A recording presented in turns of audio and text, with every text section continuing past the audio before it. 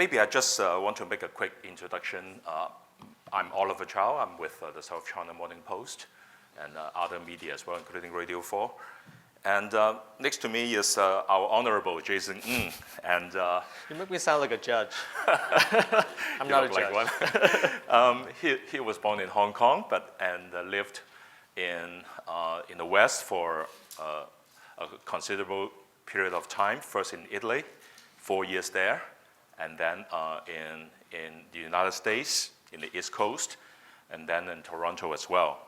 And I just learned that all the pictures, all the illustrations in this book are by his father. There is one on each chapter. And his father actually is based in Toronto. And through FedEx, he gets one illustration in each chapter, which fascinates me a lot. Because I am his father's fan, for a long period of time. His drawings, his illustrations in Tsingtao and Mingpao have always been a source of inspiration for myself. And we are going to talk about a very timely subject, and that is based on his latest book, No City for Slow Men. And maybe this topic sounds a little familiar to some of you, and maybe I should let Jason tell us where this topic comes from, actually. You mean the title? I think most people already know that No City for Slow Men is a play on words, or is inspired by the movie No Country for Old Men, which is in turn based on a Yeats poem from many years ago. So it's a real pleasure to be here again, sitting next to Oliver. Oliver and I have a lot in common. We both write for the SMP. He is on the permanent staff. He's on the payroll. So he's less liberal, or he's less has less latitude to write the things I write. But at the same time, we are both music critics.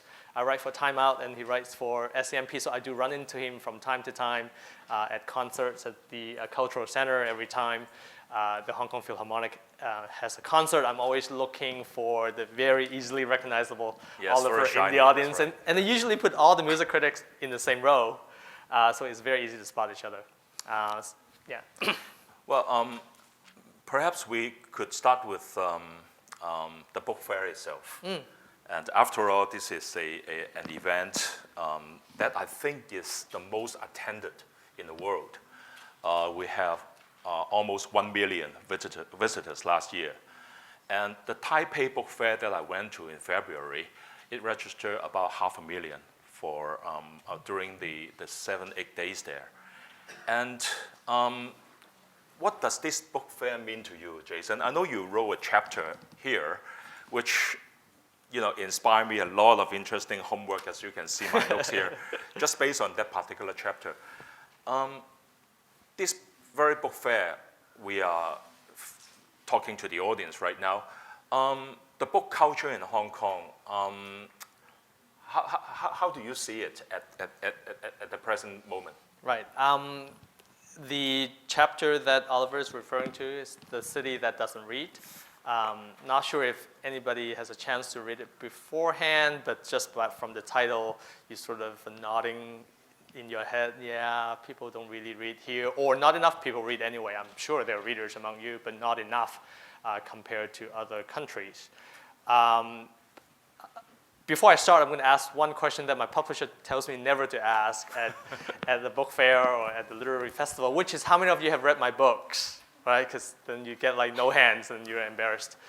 Okay, some people, that's good. How many of you have read both books? Oh, thank you. Okay, and then the other people who put up their hand to the first question but not the second question, have they read the second book or the first book? The first, okay. So a shameless plug, there's going to be a book signing after this. My publisher is going to be arriving any moment now, and both my first and second books will be available outside. So if you get a copy of them, I'm happy to autograph it for you. So going back to the book fair, it's bizarre because I do go to book fairs overseas and I go to literary festivals overseas, and I've never seen anything like it. This is a lot like a carnival. It's like the flower market at the Victoria Park for each Chinese New Year. People just go because that's what everybody does. I mean, in Hong Kong, there's such a lack of weekend activities. People don't know where to go apart from shopping malls, or sometimes they take the ferry to Changchao or something. But then you have a book fair, and then everybody feels, oh, this is the thing to do. This is a family event, right? So let's just round up the kids and just get in line for 3 hours and get into the book fair. So how do I feel about it? I think anything, and that's the conclusion of my article, anything that gets you closer to books cannot be a bad thing. I don't care why they're here. I don't care about the motive. I don't care about the agenda. I don't care about sort of what drove them, as long as they're here. Because once they're here, then at least there's an opportunity for books to have a dialogue with the book lovers or future book lovers. I'm not trying to be political, but it's a lot like the protest last fall. People go to Admiralty, go to Mongkok, go to Causeway Bay for various reasons. Some people just want to take pictures. Other people really want to listen to the political demand. But I don't care why they're there. As long as they're there, then there's an opportunity for the protesters to engage the visitors, whatever reason that drive them there, and then they can have a dialogue. And it's exactly like the kind of thing I want to happen at the book fairs. You can meet other people who like books, and they have a conversation, and all of a sudden, the way you look at things change. And you wouldn't otherwise have that opportunity if you spend the morning at the shopping mall. So maybe here, people are here for the young models. People are here because of the controversy with the 6-year-old girl with the book.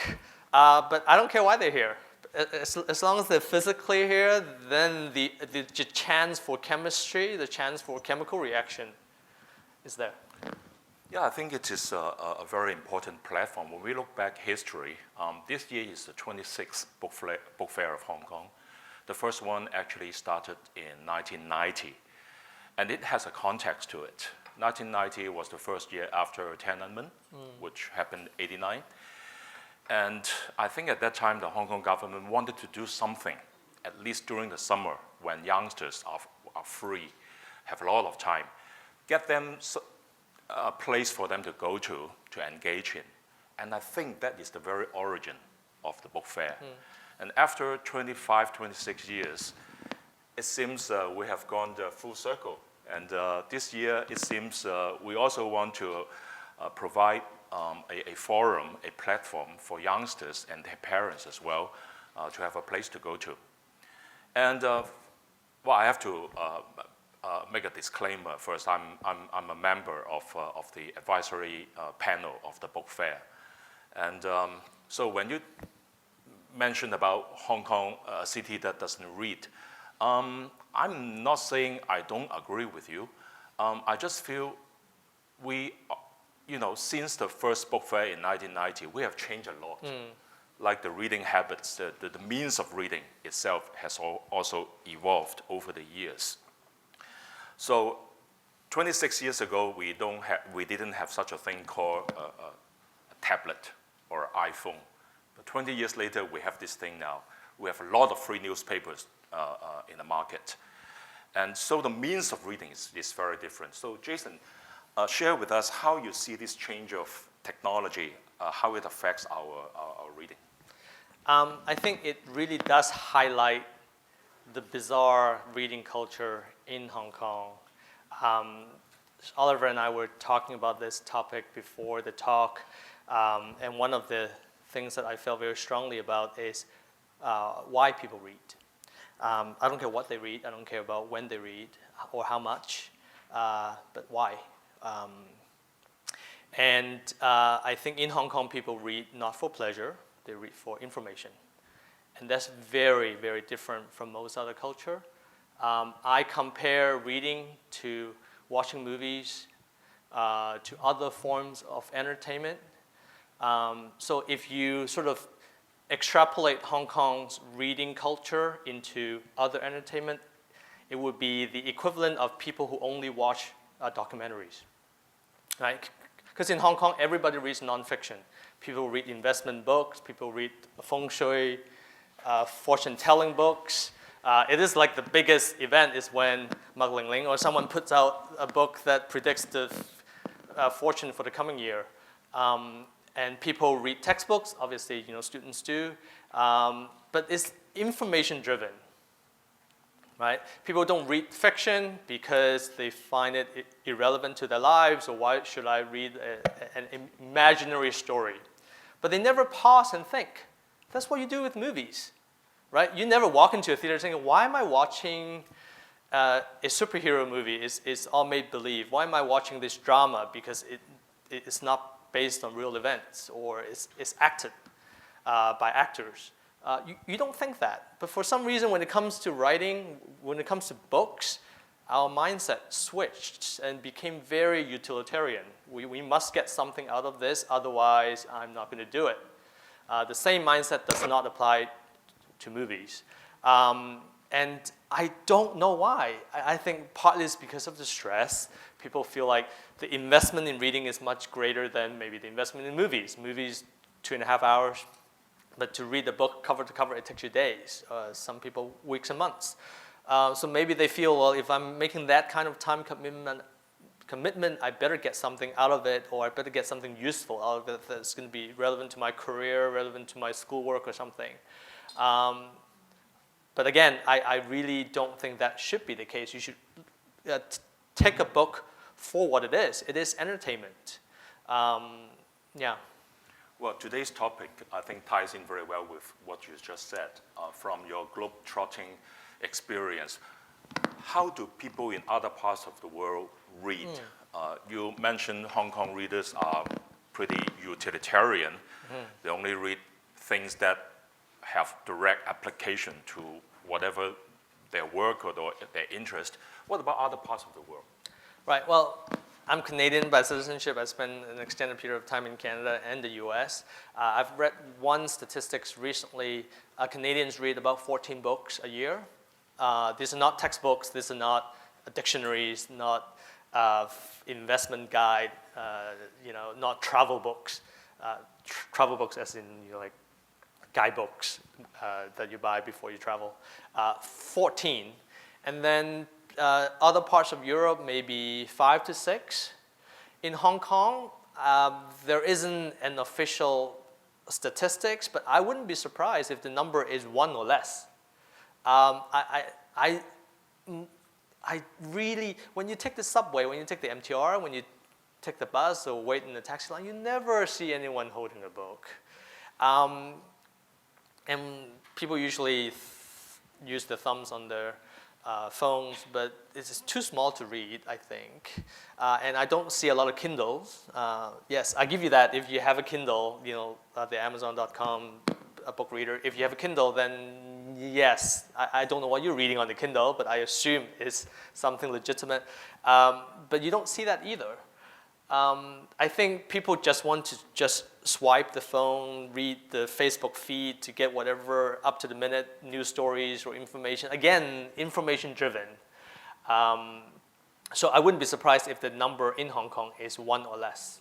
I like very much one line in your chapter. I like it so much that I write it down. You said Hong Kong people have a never-ending daisy chain of deadlines and to-do list.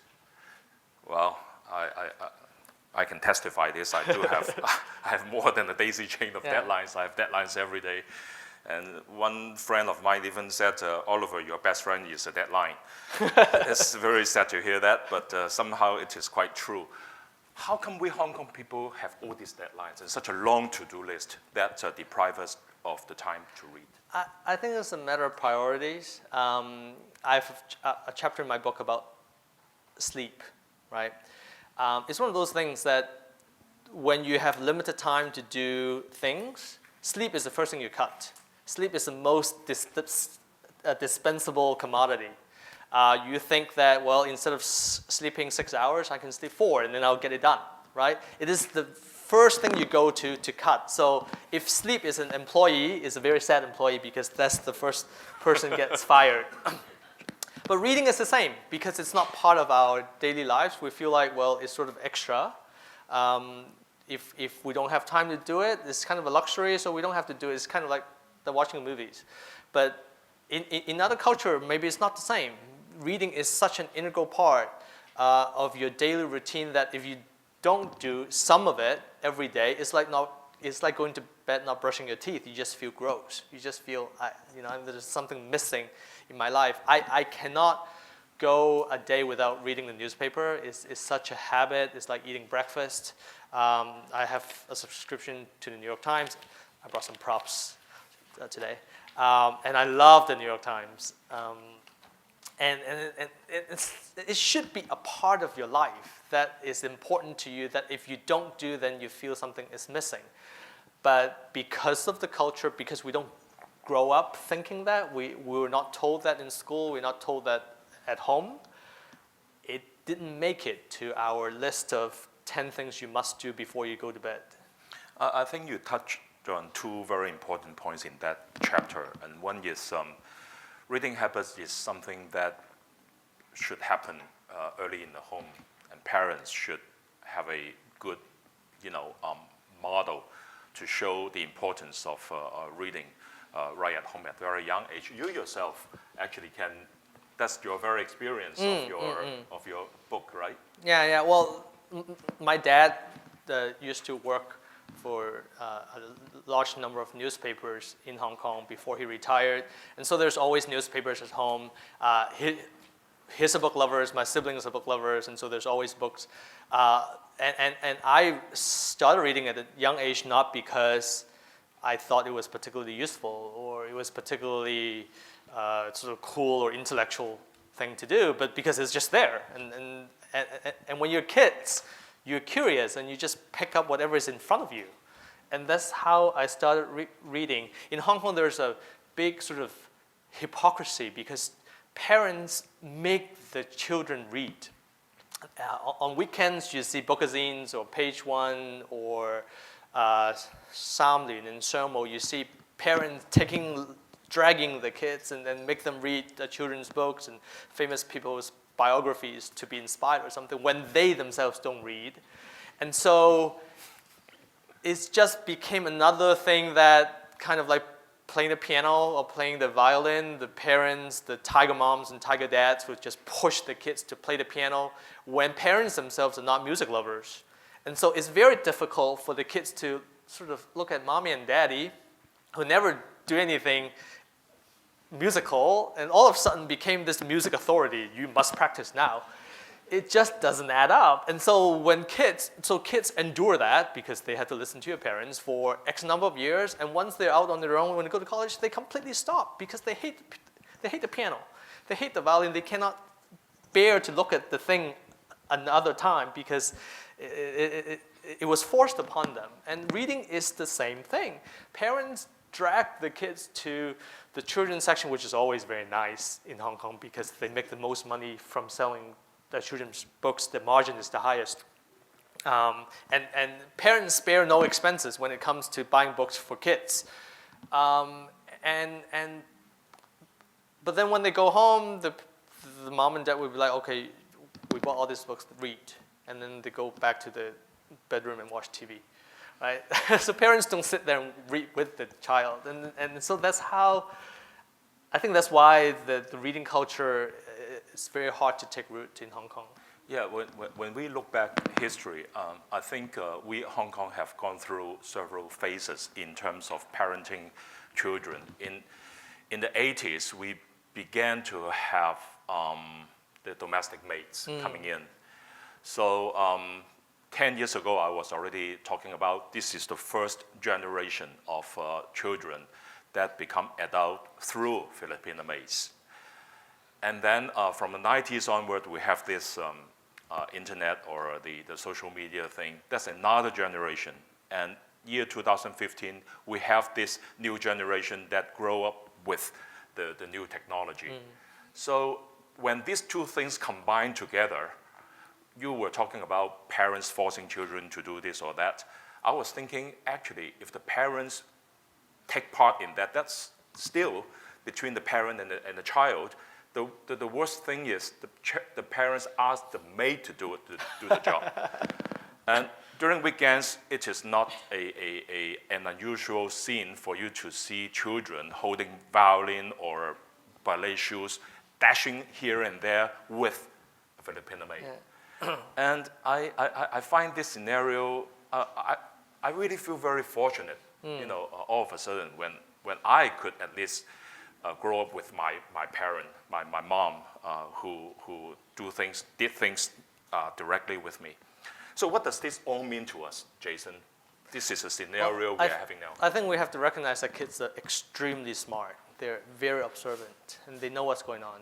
And so every time a parent sort of delegate responsibilities to the domestic helper, it is recorded in their brain that they know that, okay, well, then maybe I'm a little less important to you than making money, or I'm less important to you. Well, and maybe the parents don't mean it that way, but it does come across that way.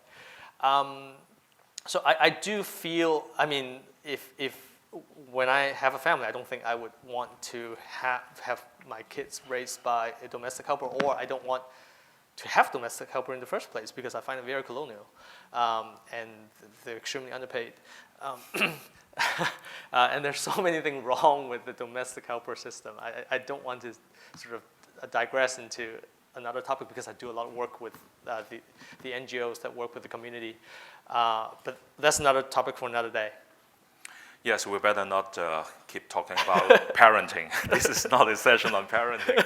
Yeah, but do share with us, Jason, with your experience, living in different places. And Hong Kong, of course, have gone through some really drastic changes since your book was published. And so could you share with us, based on your experience living abroad, and perhaps some of the audience from outside of Hong Kong could share with us later on in the Q&A session, what are we going from here? You mean politically, or? Anything, like the reading habit, or, Well, let's go back to the first part of your question, which is how travel sort of influenced the way I read and write.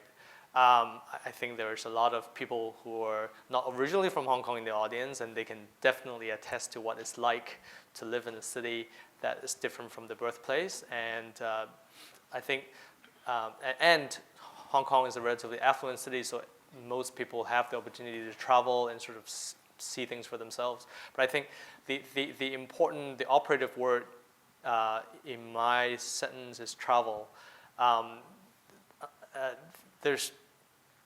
I like this quote. I'm not sure if any one of you have read the book called The Sheltering Sky by Paul Bowles. It was made into a movie. It was adapted in a movie by Bertolucci. There's a quote in there: what is the difference between a tourist and a traveler? Right? And it's a very good question.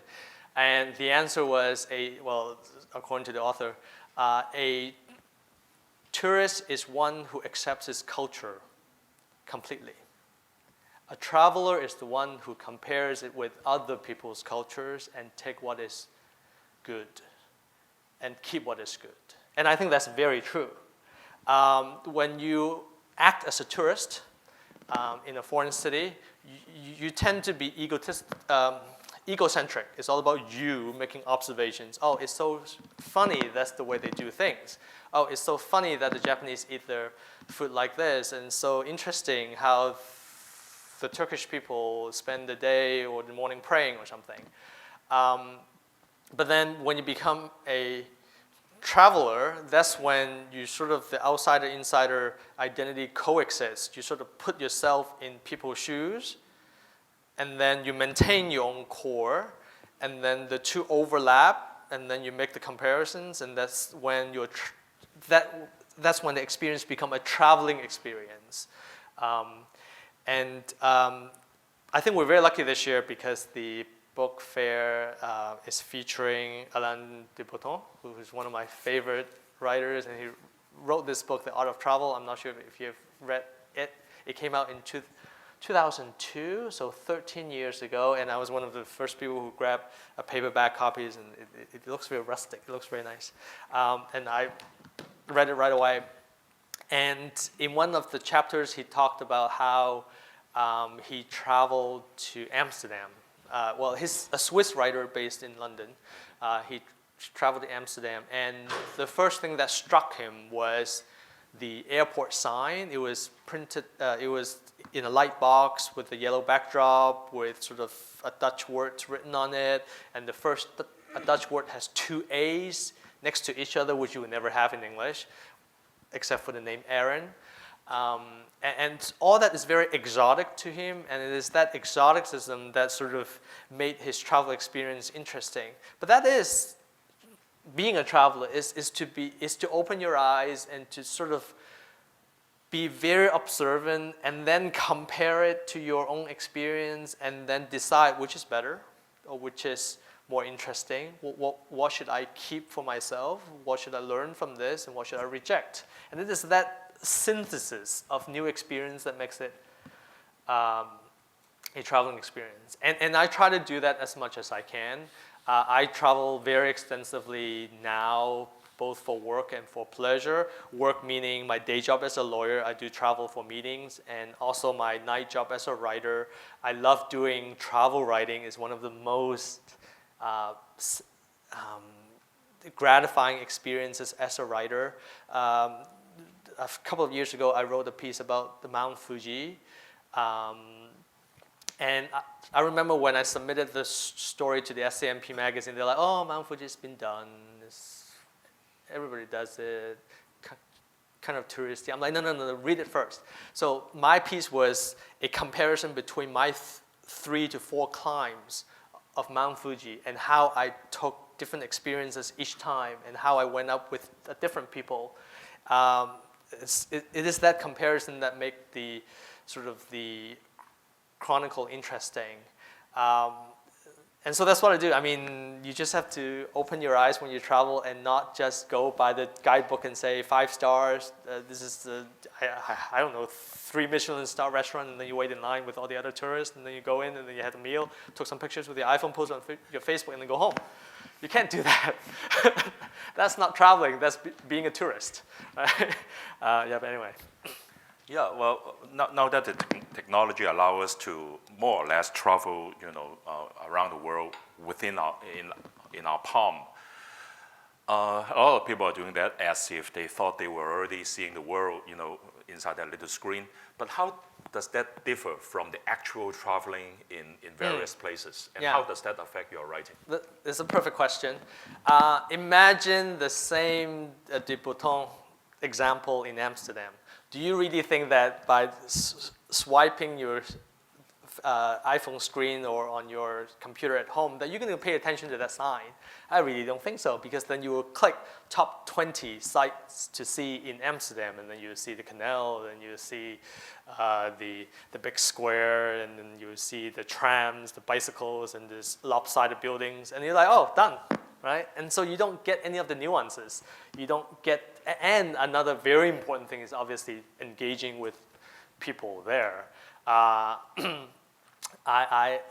one of those annoying people on the plane that would talk to the person next to you. So you may not want to travel with me.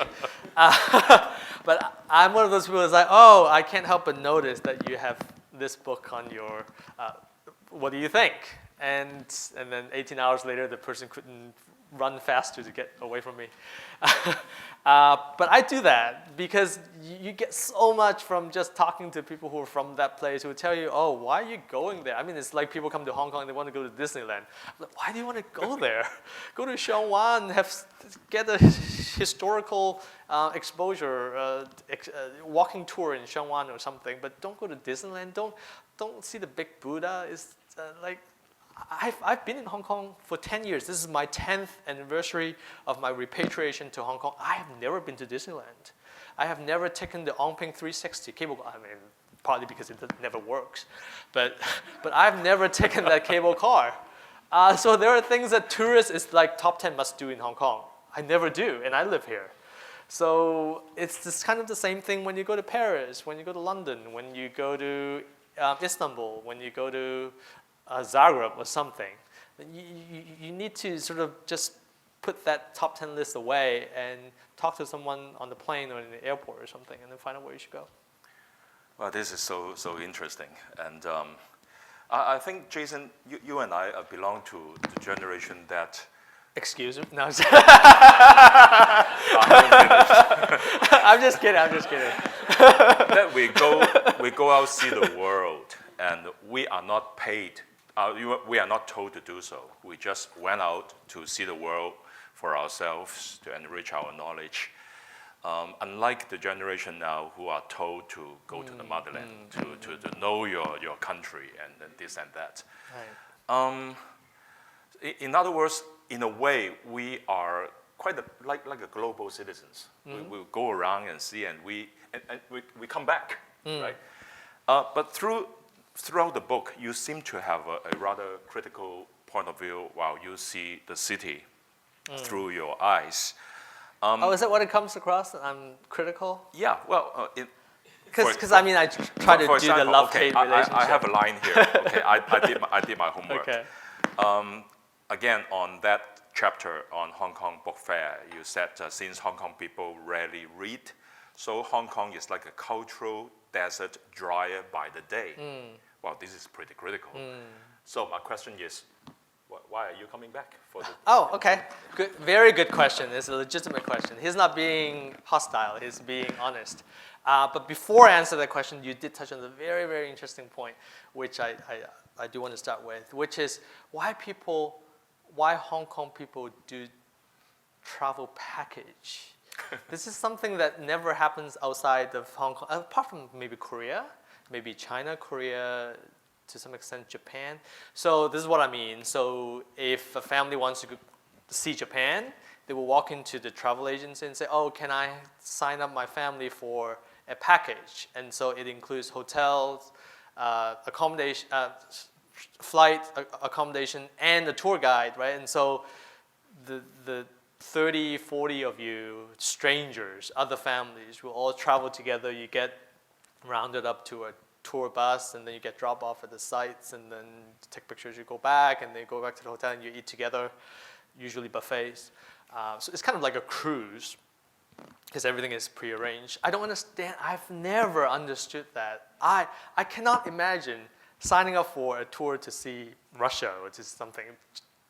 It's just such a contrived way. I mean, not to mention that you have to spend time with strangers, which is fine on the plane for me from time to time, but with other families and you eat breakfast together, all 3 meals together, actually, I just find it very bizarre, and everybody does it.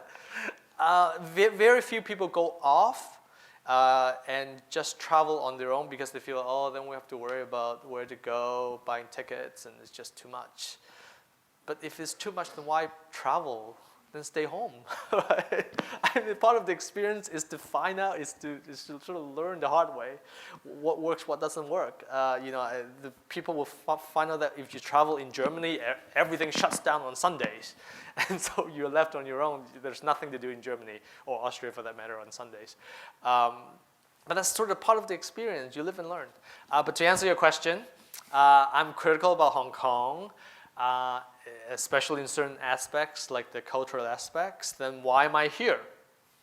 I'm here because I love Hong Kong. And I think it comes through in some of the chapters that there's a clear love-hate relationship. Hong Kong is like a family. You love your mom to death, but sometimes you just want to kill her. It's true, right? You want to wring her neck. This session is filmed. No, but same thing with your brothers and sisters. You love them to death. You would do anything for them. You would throw yourself in front of a bus just to save them. But sometimes you just want to kill them. And it's like that with Hong Kong. If I don't care about Hong Kong, if I don't love Hong Kong, then I would say, see you later. It's nice knowing you. Good luck. Have a nice life. Same thing with your family. If you don't care about them, you say, have a nice life, see you later. But you keep coming back. Even though sometimes you fight, you still have a dinner with them every time you see them. It's because you love them. And I feel the same way about Hong Kong. Very well put. My next question is, when I go through your list of topics and themes that you touch on, actually, how do you select a theme for your chapter? Oh, I have a very intricate scientific machine that no, I'm just kidding. No, it's whatever works. It's whatever that comes to my head when I'm writing.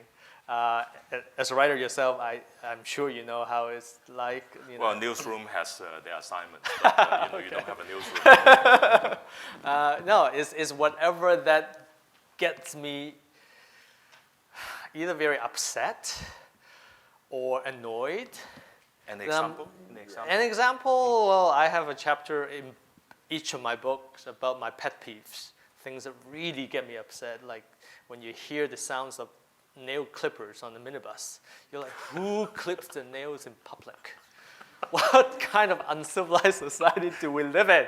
And then next thing you know, there are like nails on your pants. And you're like, okay, I'll shut up now.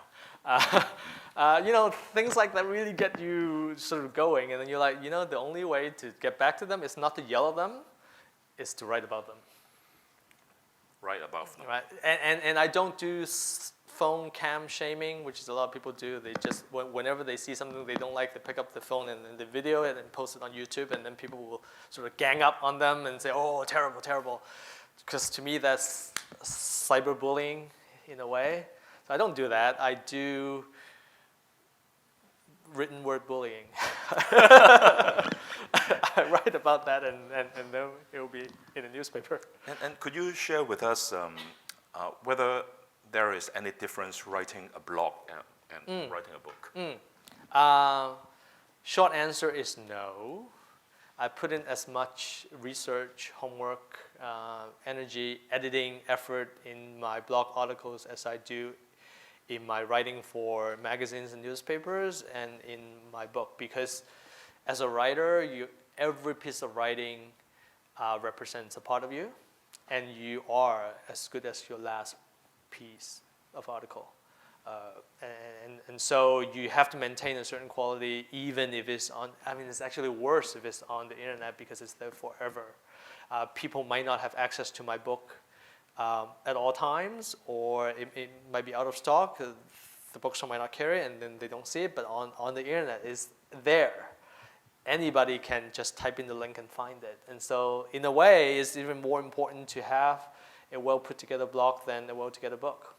Have you run into any really bitter criticism or any bitter response to what you write, or even getting yourself in the trouble? Surprisingly not, because people don't read. No, I'm just kidding. No. But most of my harshest critics are online. And among other platforms, it would be the SCMP. Perhaps it attracts the most attention because it is the only sort of, biggest English language newspaper in Hong Kong, and so it's read by the most people. And you've heard of the Nickel Gang, and they're paid to sort of write vicious comments to attack writers so that they will think twice before they put out something that is not politically careful. Yes, and so my harshest critics are those people, but I tend not to let that bother me because it's a job for them. They get hired to do that, and so I know it's not personal. Most of the time, they haven't even read the article. I mean, they just say, terrible article, or they just say, this person doesn't know what he's doing or saying. But then you'd be like, which paragraph are you talking about? Which argument are you talking about? I mean, I'm happy to have a recent debate with you, but if it's a personal attack, you're a loser, then I can't really defend myself because I don't know which part of my life you find particularly loser-y. When you do your writing, do you have in mind the possible response your readers around the world could react to your article? Absolutely not. Okay. Absolutely not. Because if I write for the reader, then it wouldn't be my voice. And I hope to think that people come to me because they like to hear something unique or they like to hear my voice, but not because I'm writing them or telling them what they want to hear. Well, I really applaud to you on that. And in fact, earlier you told me about your recent speech in Beijing. That is so characteristic of you, that you want to, and you want your voice to be heard to the audience, even in Beijing. Could you share with us? Yeah, I was invited by the Bookworm, the Beijing Literary Festival, to speak about the political future of Hong Kong. That's something that I told them, yes, sign me up. So I went, and I wasn't sure if I'm going to be stopped by customs on my way in, because I was quite active with the protest last fall. But I got through, so I guess I'm not that important. And then at the panel, the panel was moderated by a LA Times reporter, Julie McKinnon. She's a wonderful, wonderful journalist, and she did a lot of homework. And so she kept bombarding me with questions about Occupy Central. And I spoke very candidly and freely about it. And then afterwards, the organizer of the festival came over to me and said, "Oh, Jason, I had no idea you were so popular in Beijing." I was like, "Oh, thank you. I like that." And then he said, No. I mean, did you see all the policemen in the back?" And then I'm like, "You tell me now, after I have sort of spilled the beans but in a way, I'm glad he told me afterwards, because I would maybe have felt a little inhibited in some of my answers, and that wouldn't be fair to people who bought tickets to the talk. But then that being said, I'm not as brave as I make myself out to be. I was a little scared afterwards, and so I asked some of the young volunteers, like teenage girls, "Can you walk me back to the hotel?" And it's not because they're going to fight the security or the police or the Gong'an. It's because at least if they take me away or something, then there's some screaming girls who's going to tell someone. But fortunately, that didn't happen. There were some people who followed me to the hotel, and then afterwards, the organizer told me that, yes, they do that, but they're not there to arrest you. They just want to make sure that you don't take a taxi, go off to meet other activists, to sort of reach out to the network. They want to make sure you don't take the taxi to Ai Weiwei's home to sort of plot the next movement or something. So as long as you go back to the hotel and you stay there, you're okay, which is what I did. Well, for the record, they did round up the lawyers last week. Yes, right. Of course. Okay, I think I'm going to open the floor. We would love to hear interactions. We love to hear comments from you or questions. And in Hong Kong, we still enjoy this very precious freedom of expression. Yes. And in fact, I was at a banquet last night organized by the book fair. And I was quite moved by what I saw, because there were 5 tables there, 12 people each. And they are all very, very renowned writers from mainland China, Taiwan, Hong Kong. And we just chit-chat in Cantonese and Mandarin and English all over the place. And I felt, where in the Greater China region could we have an atmosphere like that? Different kinds of opinions being thrown around, pro-Beijing, not anti, but critical Beijing, pro-umbrella movement, all kinds of things going on. And we all left very peacefully with a full stomach at the end. Yeah. So it was a very nice occasion. Even though we had very different political opinions or views, we just exchanged. And I really like that atmosphere. Yeah, but hearing that made me very sad, because I think that should be the norm. That shouldn't be something you celebrate. That shouldn't be something that you feel, oh, yes, I'm so glad I had that. It's like air. You don't celebrate the presence of air. You just breathe. And that should be the way. Well, I wasn't celebrating it. It's just... but you know what I mean. Yes. Of course I do. Yeah. I just, as an observant on the side, and I just feel, but still I got some reflections from some of the speakers. Like 2 authors I interviewed and I wrote in the South China Morning Post. One is from Beijing and one is from Taiwan. And interestingly, they both came to me and thanked me for the article. But the person from Beijing, after thanking me, she had some rather deep worries that she said, oh, well, I told you that, but I didn't expect you to write that. In fact, I wrote what she told me. But the Taiwan author, she was very relaxed. And, oh, thank you. Actually, what I wrote about the Taiwan authors was 10 times more critical than the Beijing author. That could really, in a way, show you the interesting reaction from the interviewees, the way they see their name on the paper. When I take a step back and I observe and compare their reaction, that is quite interesting. Yeah. And I just have a quick comment to make on the title of this book, No City for Slow Man. The word slow triggers a memory of mine when I was a student in Hawaii.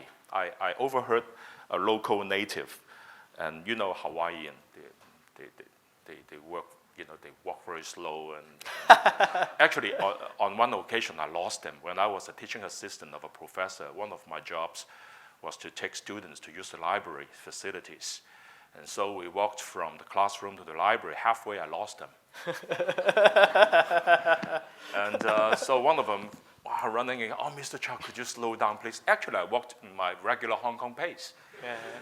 No city for slow man, I guess.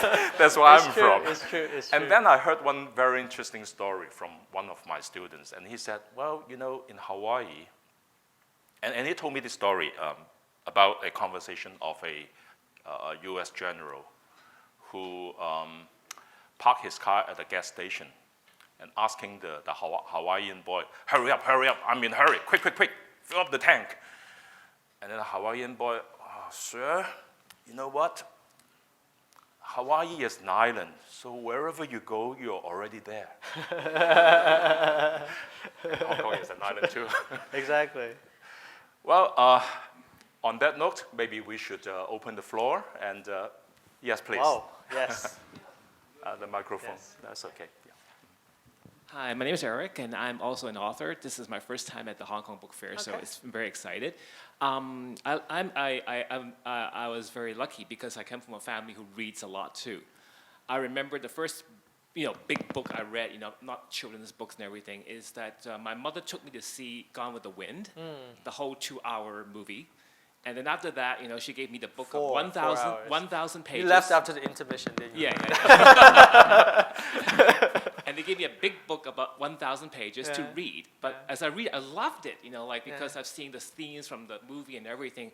And nowadays, people like to see books that, go straight to movies or something that's a crossover.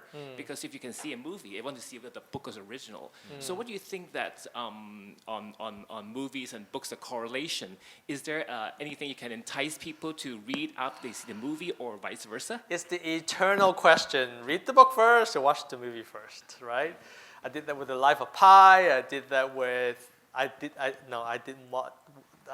didn't read Twilight. Or I wouldn't admit to it.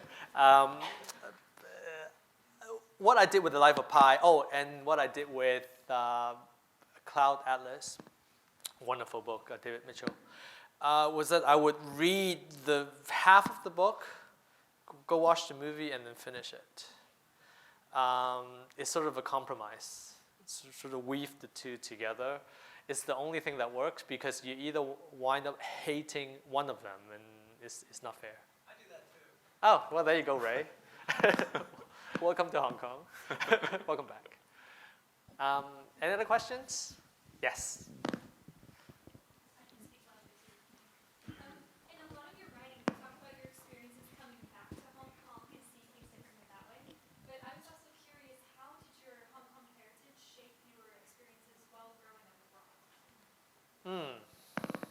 It's interesting. How old were you when you left Hong Kong? I was in my early teens. I'm trying to think how it. Well, the most practical thing, the most obvious thing was school, because schooling in Hong Kong was so vigorous that when I took my math class in science class, it was like, oh, so easy. Or if this is what I learned 3 years ago. But that's sort of the superficial level. I think it made me feel like the proverbial frog in the well. It made me feel very small. It made me feel there's so much to learn. And back in Hong Kong, I was obsessed in things that didn't matter. I was obsessed if I got a B- on the test, when there's the whole world for me to discover. Why am I mulling over this stupid test that will pass and I won't even remember it in 2 weeks? Some examples, I went to an international school in Italy. There were people from over 65 countries. And one night we were talking, and then there was some kind of bug. It was a spider or a small cockroach or something. And then my first reaction is to just kill it. And then my friend, she's from Sweden. Her name is Mia. I remember that episode very well. She said, Jason, why do you have to do that? I'm like, because it's a bug. And she's like, live and let live. I mean, it didn't do anything against you. It didn't hurt you. Why are you hurting it? And you were never brought up to think that way. And so that was sort of a eureka moment. Wow, I'm really learning a lot from these people, not because they're teaching me math or science or history, but just life. Right? And then another time I was talking to a girl from Palestine, and then we were talking about things that we used to do at home, and I'll tell them, well, you know, we played the video games in Hong Kong. And she said, oh, I went to prison.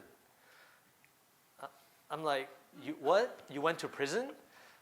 Oh, yes, 3 times. I'm like, did you steal things? Did you shoplift?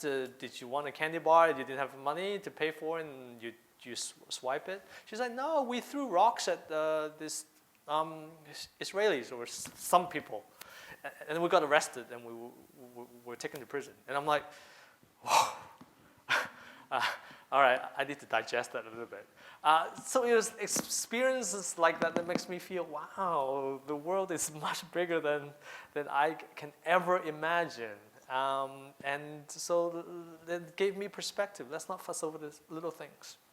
Can I ask what they learn from you? Probably not very much. I was this bored, nerdy kid who was obsessed in grades, at least at the beginning, until I realized the world is much bigger than your GPA. What they learned from me? Probably discipline. I've always been a very disciplined person, and I'm still a very, very disciplined person. I have to because I am a full-time lawyer, and then I have all these extracurricular pursuits. And I need to organize my day in an extremely organized manner, and I've kept that with me. I think my friends probably thought, oh, you know, but that's pretty neat as a kid. How can you be so, you know, self-disciplined? Anyway, yes. Thank you. So I have 3 points, maybe a little too many. My 2 points are my sharings following Jason and Oliver's discussion. I really want to share with the audience. The first one is, so we say that Hong Kong don't read, but I'm quite optimistic because actually I think the reason why Hong Kong people don't read is just they don't have time. Mm-hmm. So usually I go back from work at 8 or 9, that's early. So after I go back work, I need to sleep, maybe after washing or something. I don't have the time to read. I really want to read. I have the same feeling that if I don't read, I feel something's missing, but I really don't have time. So I went to University of Toronto as an exchange student. Okay. And I know... I went to law school there. Yeah, Canadian people read a lot, but they really have time. They watch a lot of TV too. So they're back home already and they watch TV and they read. So it's really about a time constraint. Okay. But what I'm optimistic about Hong Kong is that if you have the love for reading, you can always have a chance to embrace, to be engaged in this dialogue with a book. Later, maybe when you are more senior, you have more time. Maybe you got retired. Yeah. So if you really love it, and if you have time, you will not go to play video games, do other things, you will sit down and grab a book because you really know it's a great pleasure. Okay, before you move on to your second point, can I just respond really quickly? Sure. No, I agree with you. People don't have time to read. And reading, it is a symptom of what is wrong with life in Hong Kong. It is not the cause of anything. It is a symptom. It tells us. It's like when you work too hard, your body is sending you signals that you're working too hard, and so you get sick. You have a flu, or you put on weight because you are not sleeping enough because a lack of sleep causes obesity. But anyway, so it is the fact that we don't read. It is the body's signal that something is wrong with society. And together, we have to do something. We have to collectively reflect on, is this the kind of life we want for ourselves? Is this the life we want for our children? Is this the life we want for our grandchildren, that they will come back to us and tell us, Mommy and Daddy, we don't have time to read. It's not healthy, right? And we don't have time to do a lot of other things either, not just reading. We don't have times to sit down as a family to have a proper dinner. We don't have time to cook. Cooking is a really important part of life that nobody enjoys in Hong Kong. They either have a domestic helper to cook for them or they go out. Nobody cooks. The kitchen is the size of this coffee table, right? So, and again, you can blame a lot of things on time and on space, but those are signals that the body is screaming. The body, meaning the city, is screaming, shouting, please change it. This is not sustainable. This is not the kind of life that you should have. Well, I mean, we should have. Sorry, so please go back to your second point if time allows. I'll make it quick. I combine the second and third point. Okay. So going back to the topic about travel and reading, or maybe properly writing. So I think it's very important for us to do the traveling and the reading all together, so then they cannot be isolated. So I have the experience that when I read before I travel, I kind of like, oh, this is very inspiring, but I do not have that deep kind of feeling. But then when I travel, I can relate that to what I read, Right. and I have a really deep understanding of it. But if I didn't read before, even if I travel and I think a lot, I cannot think that deep. So I think traveling and reading should be combined together. Yes.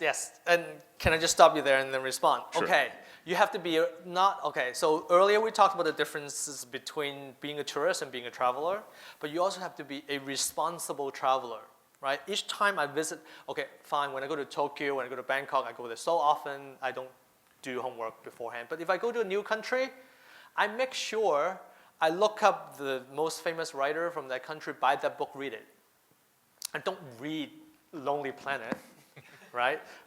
Read someone famous from that country, right? A famous author, right? Who has written a book. And then it really gives you a connection even before you board the plane. And once you go there, you sort of retrace that person's stories by going to some of the places, and the whole city comes to life. What was sort of two-dimensional becomes very three-dimensional. And I encourage everybody to do that before, say, you visit the Czech Republic, you want to see Prague because everybody talks about how beautiful Prague is. It's like the #1 tourist. Read some Kafka, listen to some Wojak, and get a real sense of what the country is. Because, I mean, these are national heroes. So it's kind of like when before people visit Hong Kong or China, read some of the Chinese writings, read my book. and then you get a much deeper sense of what you should be seeing, rather than, again, relying on the top 10 list. Yeah, I've experienced that. It's really, really great, and I really recommend everyone here to do that too.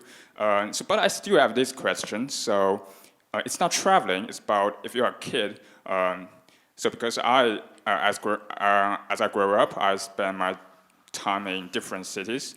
So my girlfriend does that same thing too, and we have an argument. So I think for a kid, it's better for him to be raised up in different cities, so he can be exposed to different cultures, and that he can think a lot. He can have this globalization mindset, and that's good for him. But my girlfriend thinks it's not good for the kid because, when you're new to a city, and you are scared.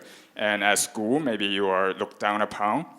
Yeah, I have the same feeling too. So when we moved to different new cities, so as a kid, she felt scared, and I was hostile. I know people around me, I know kids around me look down upon me, and I'm hostile to them, and I try to do my best and beat him at school in various aspects to respect me. Maybe it's kind of bad for a kid's growth. I don't know. But what do you think? If you have a chance to choose, which alternative will you choose? There's a lot of issues there. I don't know which one to respond to first. Yeah, so you should resolve differences with your girlfriend. That's always a good thing to do. But but I'm going to be here afterwards, so come to me and we'll talk about some of your issues growing up in different cities. Any other questions? Yes. Questions. Okay. One is, do you write Chinese? Okay, I do, and You that's do? yes. I took Chinese literature in my IB. Is anyone taking the IB? Does anyone know what the IB is? The International Baccalaureate. I took Chinese. I love Chinese language, and that's going to be one of my projects. I want to be able to write for Chinese publications. It's going to open up more opportunities for me as well, and open up my readership. So that's something I'm working on. You know, Jason, South China Morning Post has a Chinese website as well, so you're welcome to contribute. Yes. Okay. I will. My second question, I try to be positive with what's happening in Hong Kong, and a lot of criticism right now about the mainland people. And last month, I encountered a taxi driver talking to me and asking me where I come from. So I said Taiwan, and then he started to criticize how come I could not understand the people from mainland. So I asked him. He started to criticize. So I asked him where his parents coming from. Yeah. So I said, from China. I said, my father also. And I said, my father left when he was 9 and still spitting on the floor, and we have to ask him to stop, So I said to him also about this China being closed, closed door during communist regime. So I try to be more compassionate and understanding why they are behaving like that. There's reason behind. So I don't know, what is your opinion about it? Well, there's a chapter in the book, it's called The Eighth Plague, because people use the racial slur locust a lot in Hong Kong. And I wrote a chapter in defense of mainland visitors to Hong Kong. I think it's just purely racist. There are a couple of chapters that after the recent happenings in Hong Kong that require a rewrite. One of them is that I was very critical about the young generation. I feel like they've been raised by domestic helpers, they can't brush their own teeth, they don't make their own bed, they can't survive. And then what happened last fall in Admiralty really changed my whole opinion, and so that chapter requires a rewrite. The chapter about mainland Chinese also requires that process as well, because the polarization between Hong Kong people and mainland has gone 10 times worse. And I feel like reading that chapter now is not enough. My defense is not strong enough. I need to come out even more vocal than I already have. And that is a sad trend. I think Hong Kong people need to be very careful, very smart in identifying who their enemies are, who they're fighting against. It's not rational to direct your anger at people who have no control. If anything, they're the victims of the same regime. So why are you attacking them? I've had many conversations with my students coming out of the protest about the nativism movement, the localism movement, and how come they're attacking mainlanders who have nothing to do with the government, nothing to do with the regime. and they feel like, oh, those are the tentacles of the regime. Tourists come here because the government sent them, because and they have the same, they have the effect on changing Hong Kong's as a city. So I don't care whether, I don't make a difference between people and government, and I think that's very wrong, and I think that's very bad. Like, as much as I disagree with, let's say, American foreign policies, I don't go around attacking Americans. You need to have that sort of rationality and critical thinking to have a movement that will have support. And so thank you for bringing that point, because I think it's an important one to make. Any more Ray? questions? Gentleman over there. Hey. Hello, Jason. Nice to see you Hi. again. Very nice answer just now, by the way, very well thought out. I'd like to ask about if you're optimistic or pessimistic about the future of reading, and not just in Hong Kong, contrasted with the West, but all over the world, because some experts say that technically humans are reading more than ever in all history because of texting and browsing the internet. But it's a very different kind of reading from reading long books. And in one sense, publishing is getting harder and harder to do. But in another sense, people are so plugged in and they read in short bursts by far more than any other time. And also the conversation about film versus novels. Everyone in the world watches films a lot more than novels. And I'm American, and I think Americans don't read enough. There's been problems with bookstores closing down. But still, there are many good American authors, definitely. So just taking all the different aspects into account, would you say you're optimistic or pessimistic about the future? I'm neither optimistic nor pessimistic. I'm worried. I don't want books to go the way of opera and classical music. And opera and classical music are under threat all over the world, not just in Asia. But I mean, every year I go to New York, I love the Met, I love the Metropolitan Opera Company, and I love the New York Philharmonic.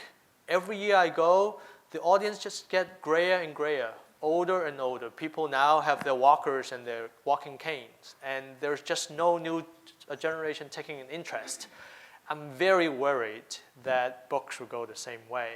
Nobody will read an epic Russian novel anymore just because it takes too much time or is too irrelevant, which is the biggest argument people make about opera, is irrelevant.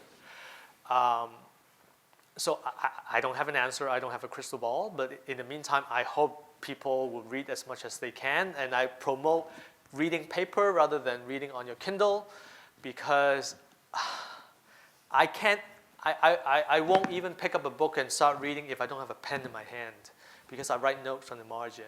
I draw arrows, I say, see page 59, the same reference to the Blue River, the same reference to a red dress. Literature is literature. If something happens more than once, you know it's not coincidence, right? The author is trying to send you a message. And so you have to read like that. You cannot just turn the page and go like, oh, okay, interesting story, done, next book. That's not reading. That's like doing an assignment in school. So I'm an active reader. I read with a pen. It's the only way that I feel like I'm reading responsibly, and I hope my readers do the same thing, that when they read my book, they circle disagree or bullshit or something. At least there is a dialogue, right, if they disagree. If you read the chapter about a city that doesn't read, maybe you think it's too harsh. Maybe you think I'm being unfair. Maybe you think that, oh, you're sitting on your moral high horse, you're looking down on people. Fair enough. If that's your immediate response, then write it on the margin. And then come to one of my book signings and have a debate with me. That's wonderful. But you can't do that with a Kindle. And you can't do that by swiping your iPhone and just read for 5 seconds and sort of feel good about yourself and move on to something else.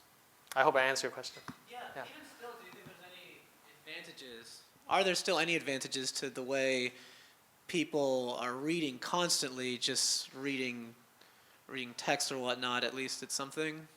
Or could it? Yeah, I think it is people reading, but again, I care more about why and what. They also say that people are writing more than ever too at Yes, this time, yes. even though people are not writing long letters. Right. Even just one generation ago, most people didn't write. They'd talk on the phone, but now people do emails. What? And I am the beneficiary of that, because if it's not for blogging, I wouldn't be sitting here. I wouldn't be writing books. It allowed me to explore a part of me that I didn't even know existed. So I'm very glad about this whole movement about fan fiction, about blogging, because everybody is a writer, and everybody should be a writer. And I don't feel competitive. I don't think, oh, that's bad, because then more people will come up like me, and then I have to compete with them. No, it's great. It's a sport. Maybe I can add a comment based on my conversation with chief editor of Cosmos Books, Tin Dei Tou Xu. Yeah. He's now retired, but he told me a rather worrisome situation that you mentioned a little bit earlier. He told me some of the potentially bestseller books are not really selling very well, and he was worried. And then he told me some of the things they were brainstorming inside the editorial board. And one of the things he said is when people nowadays have to write or address to 3-4 chat room accounts, you know, WeChat, WhatsApp, whatever, when they write and then they read and then they write and then they read, time is gone. And their energy is gone. Would they have time to buy a book and do the reading as in the old days? So he doesn't look, he doesn't feel optimistic at all about the book industry. And especially the fact that right now the reading span is so short. Everyone only has, and the attention span is very short. So it is really a new situation that we are confronting, and I have no idea where we are going from this point onward. And to go back to my example, if you read like that, how are you going to notice the red dress?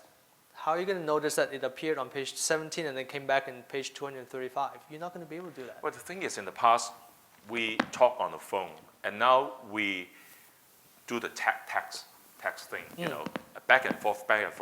The time we spend on doing that is actually maybe just a 5-minute phone talk in the past. But now we spread it out into, say, a half an hour, action like that. So time is just gone just like that. So I don't know this process will go on for how long, but this is how the new technology has come about, and we just have to, address to that right now, and hopefully in the near future something will come up to make people to realize the real enjoyment of holding a book in the hand and read in the old ways. Do we have time for one more question? Yes, of course. Okay, yes. Something very simple for you. You claim that you are very disciplined. So what's a typical weekday for you and what's a typical weekend for you? Okay, that's a good question. I am very disciplined, but I'm not a morning person. I'm always late. So I sure will work late. And then, work is work, and so I usually finish by around 6:30, 7.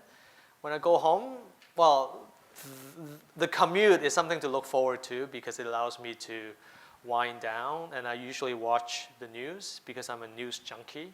I would read the New York Times at lunchtime and then watch podcasts on my way home. I watch, if you're curious, I watch NBC Evening News. It used to be Brian Williams, and Brian Williams got into trouble, and then he left for 6 months, and now Lester Holt took the helm, and I do that every single day, right? And it's very important. And then once I get home, I start writing, and then I organize my writing into half-an-hour slots.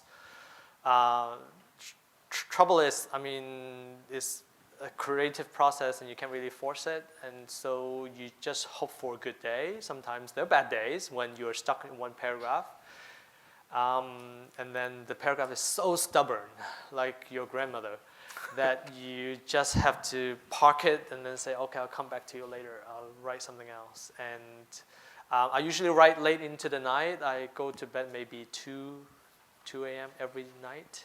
It's not healthy, but I have to do it. And then the next day, on the weekends, is more interesting because there's more flexibility.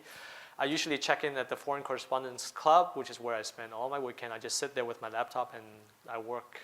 It's a very conducive environment to writing. I do run into reporter friends. I do run into writers friends. And then we have a chit chat. And then we sort of, these are the people who keep me close to the pulse of the city.